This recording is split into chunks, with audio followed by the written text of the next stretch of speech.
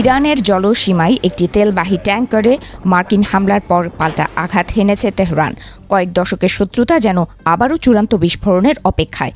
Washington আর তেহরানের মধ্যকার ভঙ্গুর যুদ্ধবিরতি এখন স্রেফ পেন্ডুলামের মতো দুলছে, কারণ সমুদ্রের বুকে চলছে ড্রোন আর মিসাইলের ভয়ঙ্কর খেলা।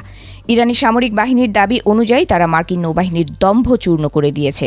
তেহরান তাদের অত্যাধুনিক ব্যালিস্টিক মিসাইল এবং উচ্চ বিস্ফোরণ ড্রোন দিয়ে মার্কিন যুদ্ধজাহাজগুলোর ওপর ঝাঁপিয়ে পড়ে।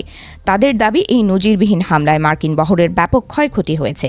আধা সরকারি সংবাদ সংস্থা তাসনিম নিউজ জানাচ্ছে, 3টি মার্কিন ডেস্ট্রয়ার ইরানি আক্রমণের মুখে রণে ভঙ্গ দিয়ে ওমান উপসাগরের দিকে পালিয়ে যেতে বাধ্য হয়েছে। এদিকে ইরানের মূল ভূখণ্ডে একের পর এক বিস্ফোরণের শব্দে কেঁপে উঠছে জনপদ। কেশম দ্বীপ, বন্দর আব্বাস এবং মিনাবো শহরের আকাশ ধোঁয়ায় আচ্ছন্ন। রাষ্ট্রীয় সংবাদ মাধ্যমগুলো এই বিস্ফোরণের খবর নিশ্চিত করার পর থেকেই স্থানীয় বাসিন্দাদের মধ্যে চরম আতঙ্ক ছড়িয়ে পড়েছে। ইরান সরকারের অভিযোগ, যুক্তরাষ্ট্র এবং তাদের আঞ্চলিক সহযোগীরা সরাসরি বেসামরিক এলাকায় বিমান হামলা চালিয়ে আন্তর্জাতিক আইন এবং যুদ্ধবিরতির শর্ত চরমভাবে লঙ্ঘন করেছে। বিপরীতে হোয়াইট হাউস থেকে ভেসে আসছে সম্পূর্ণ ভিন্ন সুর। মার্কিন প্রেসিডেন্ট ডোনাল্ড ট্রাম্প অত্যন্ত নাটকীয় ভঙ্গিতে এই রক্তক্ষয়ী সংঘাতকে স্রেফ একটি মৃদু টোকা হিসেবে অভিহিত করেছেন। এবিসি নিউজকে দেয়া এক সাক্ষাৎকারে ট্রাম্প দাবি করেছেন, ইরান যা বলছে তার সবটুকুই মিথ্যা, আর মার্কিন সামরিক শক্তির সামনে তেহরানের আক্রমণ তাসের ঘরের মতো ভেঙে পড়েছে। ট্রাম্প সামাজিক যোগাযোগ মাধ্যমে দম্ভোক্তি করে জানিয়েছেন যে তার 3টি বিশ্বমানের ডেস্ট্রয়ার অত্যন্ত দাপটের সঙ্গে হরমুজ প্রণালী অতিক্রম করেছে। মার্কিন প্রেসিডেন্টের দাবি অনুযায়ী ইরানি মিসাইলগুলো আকাশেই ধ্বংস করে দেওয়া হয়েছে এবং ড্রোনগুলোকে ভস্মীভূত করেছে মার্কিন প্রতিরক্ষা ব্যবস্থা।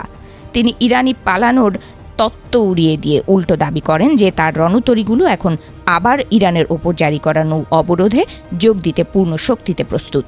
মার্কিন সেন্ট্রাল কমান্ড বা সেন্টকম এক আনুষ্ঠানিক বিবৃতিতে জানিয়েছে, তারা কেবল আত্মরক্ষার্থে পাল্টা আক্রমণ চালিয়েছে।